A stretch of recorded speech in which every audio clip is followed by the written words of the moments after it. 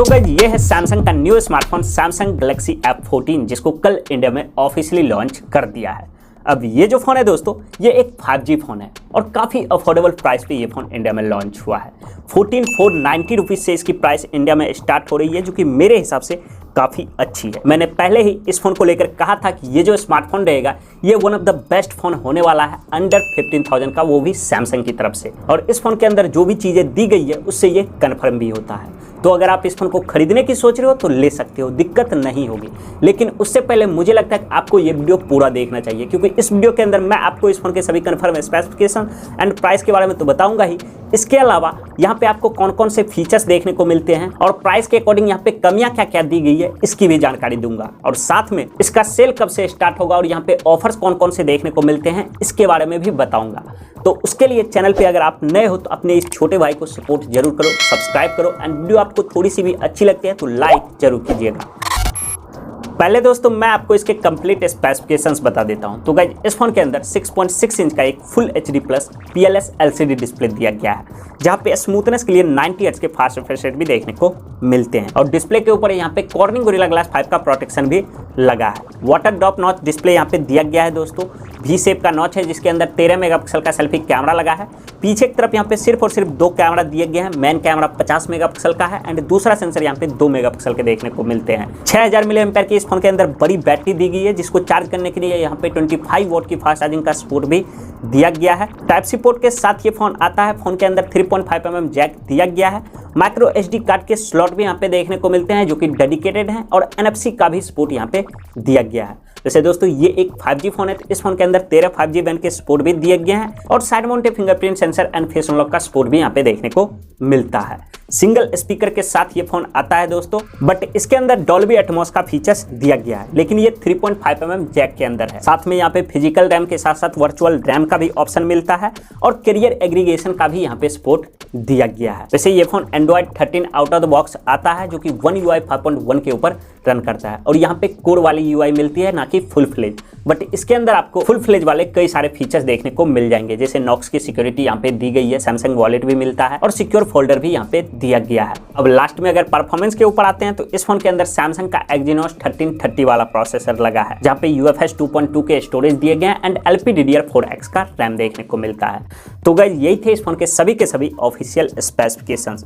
Pricing के बारे में बात करते हैं तो दोस्तों इसको 4GB 128GB and 6GB 128GB के सिर्फ और सिर्फ 2 मॉडल में लॉन्च किया गया है। जो बेस मॉडल है 4GB 128GB उसकी प्राइस 14,490 रुपीज़ रखी गई है एंड सेकंड मॉडल को 15,990 रुपीज़ में लॉन्च किया गया है। मतलब 14,500 और 16,000 रुपये का ये फोन इंडिया में लॉन्च हुआ है जो कि मेरे हिसाब से अच्छा है। बट सबसे अच्छी चीज़ मेरे को ये लगी कि यहाँ पे HDFC बैंक के कार्ड के ऊपर 1,500 रुपये का डिस्काउंट मिल रहा है और डिस्काउंट मिलने के बाद आप इस फोन के बेस वाले मॉडल को 13,000 रुपये के अंदर में ही खरीद सकते हो और सेकंड मॉडल को 15,000 रुपए के अंदर। और इस प्राइस पे मेरे हिसाब से जो लोग सैमसंग लवर हैं उसके लिए डील काफी अच्छी है, इनफैक्ट किलर डील है। अगर आप खरीदने की सोच रहे हो तो ले सकते हो, प्रॉब्लम नहीं होगी।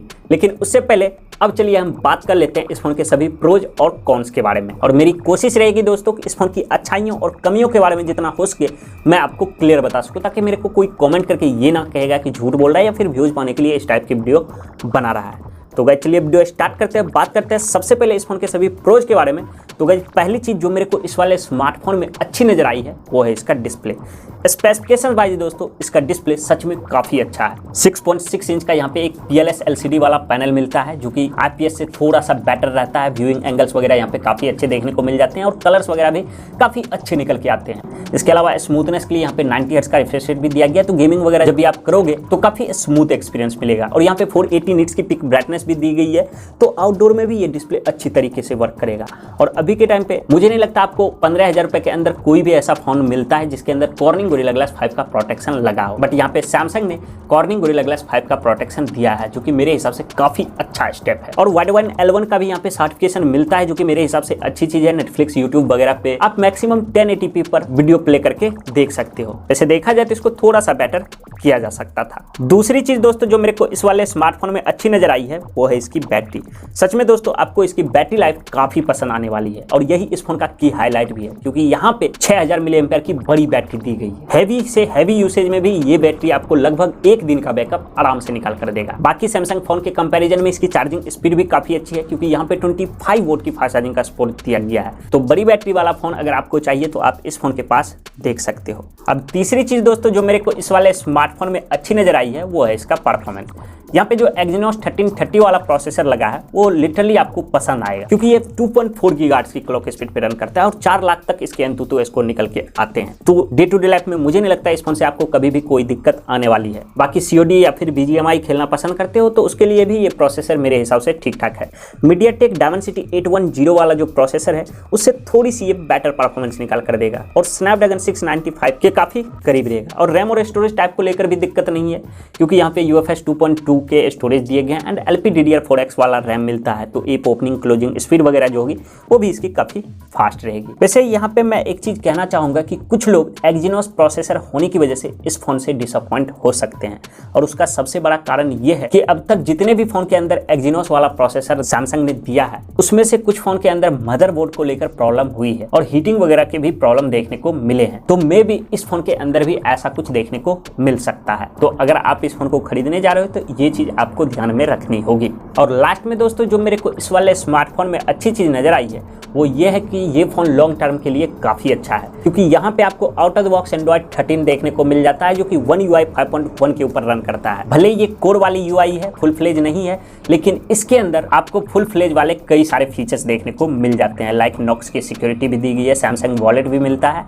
एंड सिक्योर फोल्डर भी यहाँ पे दिया गया है। और सैमसंग ने ऑफिशियली कंफर्म करा है कि इस फोन के अंदर आपको 2 साल के OS अपडेट एंड 4 साल के सिक्योरिटी पैच अपडेट भी मिलेंगे। तो Android 13 के ऊपर आता है तो 14 और 15 तक के भी अपडेट इस फोन के अंदर मिलने वाले हैं। तो गाइज अगर आप इस फोन को खरीदते हो तो इस फोन के अंदर आपको यही कुछ चीजें ऐसी मिलेगी जो कि काफी अच्छी है। अब यहाँ पे दोस्तों चलिए हम बात कर लेते हैं इस फोन के सभी कॉन्स के बारे में। तो गाइज पहली कमी जो मेरे को इस वाले स्मार्टफोन में नजर आई है वो है इसके डिजाइन में। वैसे देखा जाए तो ये चीज आप लोगों के ऊपर डिपेंड करती है कि आपको कैसा डिजाइन वाला फोन पसंद है, बट पर्सनली मेरे को प्राइस के अकॉर्डिंग इसका डिजाइन उतना अच्छा नहीं लग रहा है। इसको थोड़ा सा बेटर किया जा सकता था।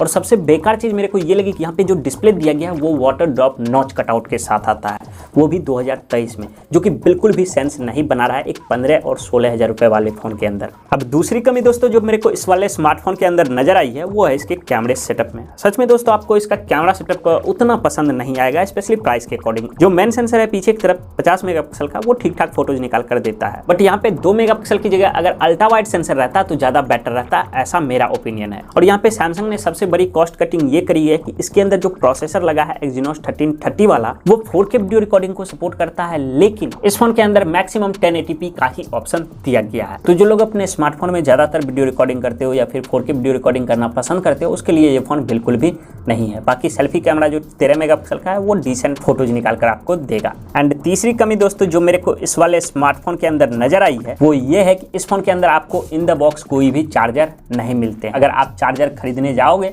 तो उसके लिए आपको 1000 से 1500 रुपए एक्स्ट्रा खर्च करने पड़ेंगे। और साथ में इस बार तो सैमसंग ने हद कर दी है, इस फोन के अंदर चार्जर के साथ साथ केस भी नहीं मिलते हैं। कोई भी TPU केस वगैरह इस फोन के अंदर नहीं दिए गए हैं, तो उसके लिए भी आपको 100 रुपए एक्स्ट्रा खर्च करने पड़ेंगे। तो गाइज अगर आप इस फोन को खरीदते हो तो इस फोन के अंदर आपको इन 3 चीजों में कॉम्प्रोमाइज करना पड़ेगा। बाकी फोन के अंदर जो भी चीजें दी गई है वो काफी अच्छी है। अगर आप खरीदने की सोच रहे हो ले सकते हो। मेरे हिसाब से इन सब चीजों में कॉम्प्रोमाइज करने के बाद भी ये फोन काफी अच्छी वैल्यू प्रोवाइड करता है। तो गाइज बस इस वीडियो में इतना ही। पसंद आए दोस्तों तो वीडियो को लाइक कीजिए, शेयर कीजिए और चैनल पे पहली बार आए तो सब्सक्राइब कीजिए। मैं मिलता हूँ अगले वीडियो में, तब तक के लिए जय हिंद।